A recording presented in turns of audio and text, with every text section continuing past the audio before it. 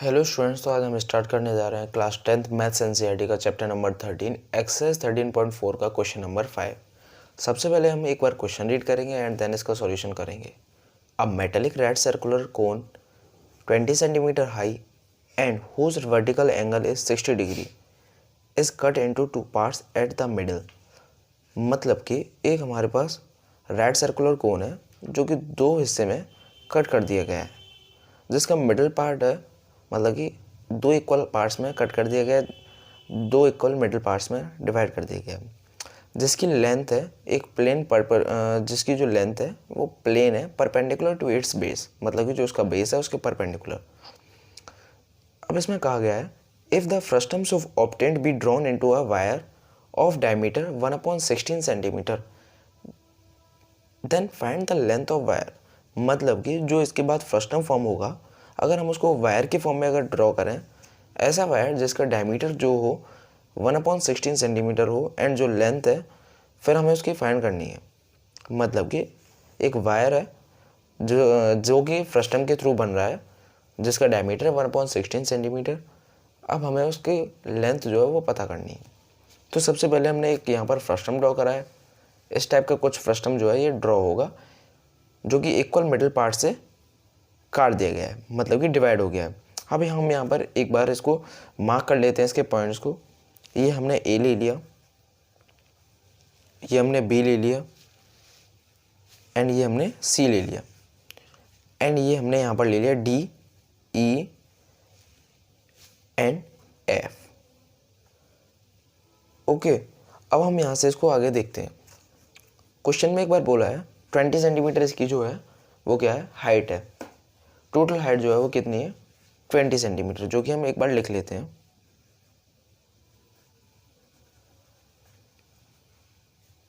Height of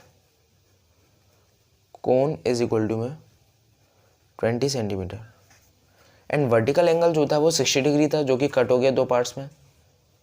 दो parts में मतलब कि 30 डिग्री के एंगल में कट हो गया। दो पार्ट्स टोटल एंगल 60 था, तो 30 में कट हो गया, ये 30 हो गया एंड ये भी हमारा क्या हो गया, 30। ओके, यहाँ से 30 के पार्ट में ये हमारा डिवाइड हो गया eight the middle of its length. Okay, यहाँ से हो गया ये। अब यहाँ से हमारा फ्रस्टम बना है। अब जो भी पहले हम एक बार यहाँ से हमारा दो इक्वल ट्रायंगल में डिवाइड हो गया। टोटल हाइट जो थी वो 20 थी, तो ये हमारी इसकी कितनी हो गई, ये 10 हो गई, 10 सेंटीमीटर। एंड ये वाली जो हो गई हाइट, ये वाली यहाँ से इक्वल डिवाइड हो गया, तो ये बची हुई जो होगी वो क्या होगी, 10। तो हम सबसे पहले ये दो ट्रायंगल यहाँ पर हमारे फॉर्म हो रहे हैं, जैसा कि आप देख पा रहे हैं। तो सबसे पहले हम एक ट्रायंगल ले लेते हैं। एक ये वाला ट्रायंगल लेंगे, ट्रायंगल ए डी एफ, पूरा हमारा ये क्या बनेगा, एक रेड सर्कुलर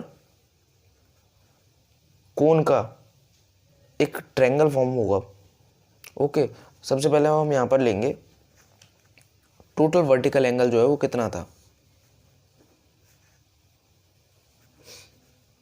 60 डिग्री। डायमीटर कितना है, 1/16 सेंटीमीटर। यहाँ से हम सबसे पहले रेडियस जो है वो एक बार फाइंड कर लेंगे। रेडियस कितना हो जाएगा, और डायमीटर अपॉन 2 होता है, जो कि कितना हो जाएगा, 1/16/2 करेंगे तो 1/32 सेंटीमीटर जो है वो हमारा क्या आ जाएगा, रेडियस आ जाएगा। ओके, अब हम यहाँ से रेडियस आ गया। अब हम आगे फाइंड करेंगे, ये हमारी जो एच थी यहाँ से दो पार्ट में डिवाइड हो गई, जैसा कि मैंने अभी बताया। अब हम इन दोनों ट्रायंगल्स को लाइन वाइज लाइन लेके सॉल्व करेंगे। यहाँ पर अगर हमारे ये कट हुए हैं तो ए सी जो है सी ई के इक्वल हो गया, A C is equal to में सी ई।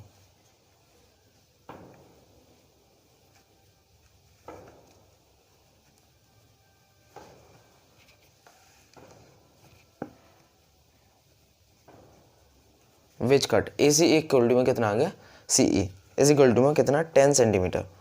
10 सेंटीमीटर में मतलब कि टोटल हाइट थी 20 सेंटीमीटर, तो ये हमारे 10 सेंटीमीटर में जो है ये डिवाइड हो गया। ओके, अब यहाँ से हाइट जो है हमारी कौन की वो बाइसेक्ट कर रही है, वो हमने बता ही दिया। अब हमें यहाँ पर एक ट्रायंगल लेना है, area single triangle, right angle triangle, ACB in right triangle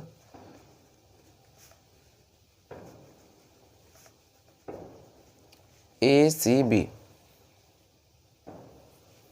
angle ACB जो है हमारा किसके इक्वल होगा, यहाँ पर हमारा परपेंडिकुलर फॉर्म हो रहा है तो 90 डिग्री इक्वल होगा। तो परपेंडिकुलर अपॉन बेस हम ऑलरेडी पढ़ चुके हैं कितना होता है, tan थीटा के इक्वल, और यहाँ पर थीटा जो है हमारा कितना है 30 डिग्री। तो परपेंडिकुलर क्या है हमारे पास, 10 अपॉन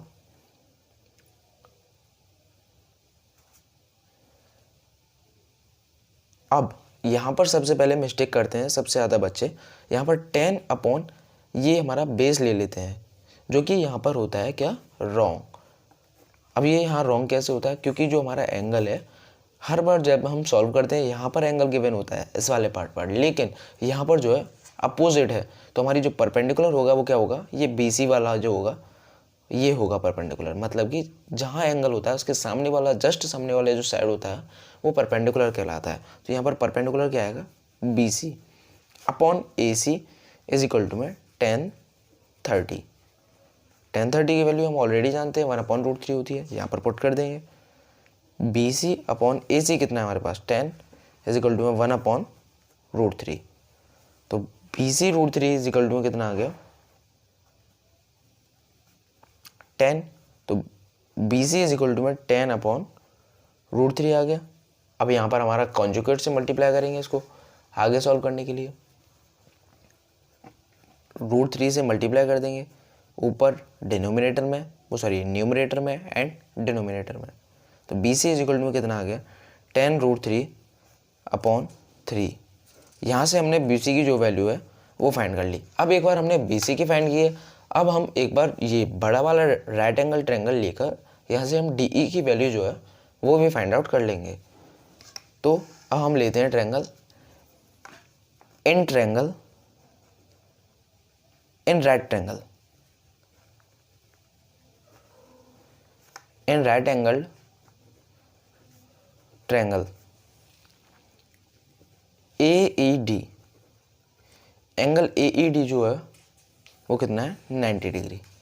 तो परपेंडिकुलर अपॉन बेस फिर से वही वाला केस होगा, यहाँ पर फिर से मिस्टेक होती है, लेकिन यहाँ पर हम एक बार जान चुके हैं तो हम ठीक से करेंगे। DE अपॉन AE हो जाएगा इज इक्वल टू में कितना, 1030। 1030 की वैल्यू 1/√3 होती है।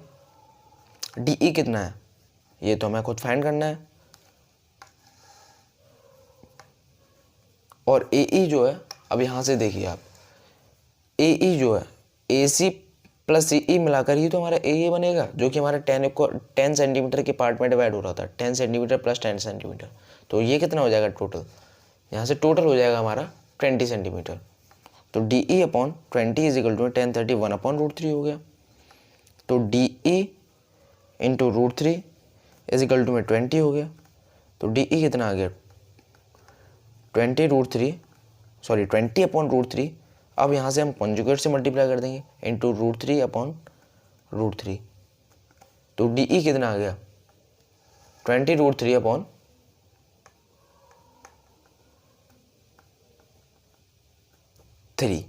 यहाँ से हमने DE फाइंड कर लिया।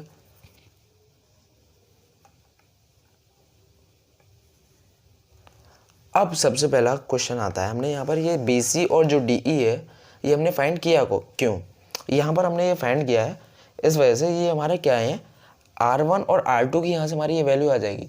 जैसे कि यहाँ से हमारा एक फर्स्ट राइट एंगल ट्रायंगल बन रहा है, ये क्या है हमारी बेसिकली जो स्मॉल कॉन बन रहा है उसकी क्या है R1 है, मतलब कि यहाँ पर हम कह सकते हैं रेडियस है, इसको हम R1 मान लेंगे, इसको R2 मान लेंगे, जो कि हमने फाइंड किया है यहाँ पर नीचे की तरफ। अब हम यहाँ से R1 और R2 की वैल्यू जैसे कि हमारे पास आ गई, BC जो था हमने R1 ले लिया एंड ये जो होगा हमारा R2 हो जाएगा। अब हम इसको आगे सॉल्व करेंगे यहाँ से नेक्स्ट पेज पर। अब हमने जो R1 लिया था वो क्या, first term is equal to में कितना हो जाएगा, वो हमने क्या फाइंड किया था अभी, 10√3/3 सेंटीमीटर। ओके, अब यहाँ से हमने R1 निकाल लिया। अब R2 क्या था हमारा फर्स्ट टर्म का, जो कि हमने फाइंड किया था वो था हमारा 20√3/3 सेंटीमीटर। हमारी जो हाइट थी फ्रस्टम की वो हम ऑलरेडी लिख चुके हैं, कितना था 10 सेंटीमीटर स्मॉल वाले की, एंड जो सेकंड स्मॉल बन रहा था उसकी भी 10 थी। ओके, अब हम यहाँ पर जो फ्रस्टम की अगर हम वॉल्यूम निकालेंगे तो वहाँ पर हम हाइट जो है वो पुट करेंगे, वो कितना 10 सेंटीमीटर।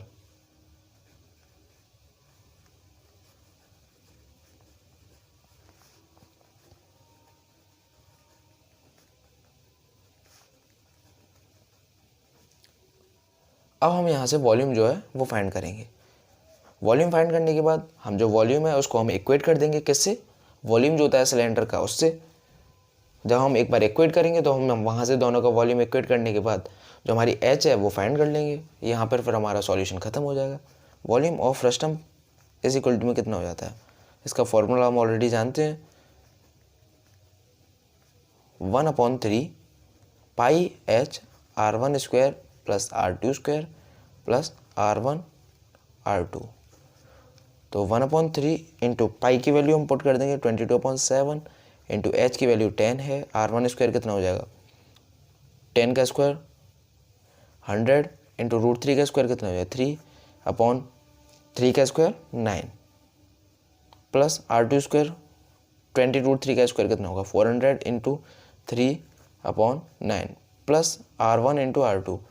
R1 और R2 का अगर हम मल्टीप्लाई करेंगे 10√3 इंटू 20√3 तो 200 इंटू 3/9 हो जाएगा। तो 1/3 इंटू 22/7 इंटू 10 ये कितना हो गया 300/9 प्लस 1200/9 प्लस 600/9 ये हो गया। अब हम इसको ऐड करने के बाद मल्टीप्लाई कर देंगे 1/3 ये 22 इंटू 10 कितना हो जाएगा 220/7 इंटू 3 21 इंटू 9 ये डिनोमिनेटर आ जाएगा। इनको हम ऐड करेंगे 1200 प्लस 300 कितना हो जाएगा 1500 प्लस 600 कितना हो जाएगा 2100। तो 21 से ये कितना गया 100 टाइम्स, तो 220 इंटू 100/9 आ जाएगा। तो इसको हम क्या लिख सकते हैं 22 फिर आगे कितना आ जाएगा 30/9 सेंटीमीटर क्यूब। ये हमारा आ गया यहाँ पर क्या वॉल्यूम। अब हम इसको बेसिकली क्या कर देंगे, हमें क्या फाइंड करना है हाइट जो सिलेंडर की वो फाइंड करनी है। तो जो वॉल्यूम होगा दोनों का वो क्या हो जाएगा इक्वल हो जाएगा। जब हम वॉल्यूम इक्वल कर देंगे तो वहाँ से हम एच जो हम इजीली फाइंड कर लेंगे। तो volume of cylindrical wire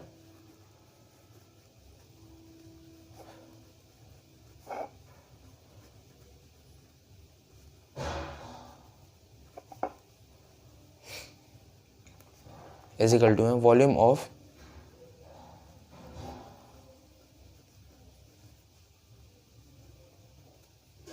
frustum.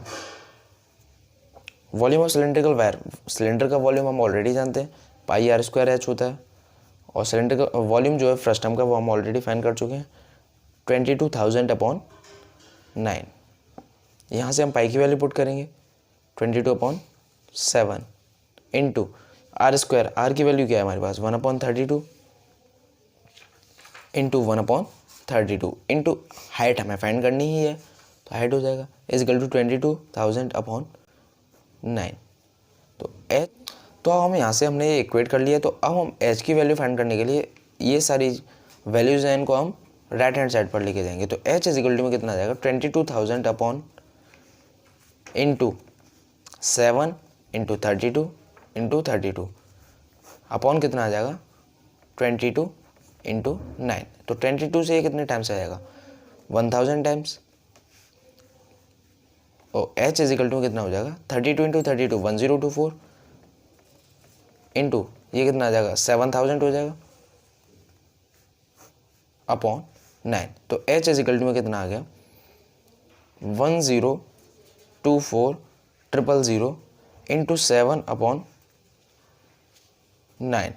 अब ये वाली जो वैल्यू है हम इसको क्या करेंगे, अगर हम डिवाइड करते हैं 100 से, ये हमारा क्या था, वॉल्यूम जो था निकाला था हमने फर्स्ट टर्म का, वो क्या था, सेंटीमीटर में आ रहा था। अब हमने इसको मीटर में कन्वर्ट करने के लिए 100 से डिवाइड कर दिया, तो इनटू मीटर कन्वर्ट करने के लिए हमने क्या कर दिया, डिवाइड। यहाँ पे हमने ब्रैकेट में लिख भी दिया है, तो 2 0 से 2 0 कैंसिल, तो h इजिकल टू कितना आ गया 7 0, 7 को मल्टीप्लाई करेंगे 0 में तो 0, 7 4 जा 28, 2 इधर आ गया, 70 14 और 2 16, 1 इधर आ गया, 71680 अपॉन 9।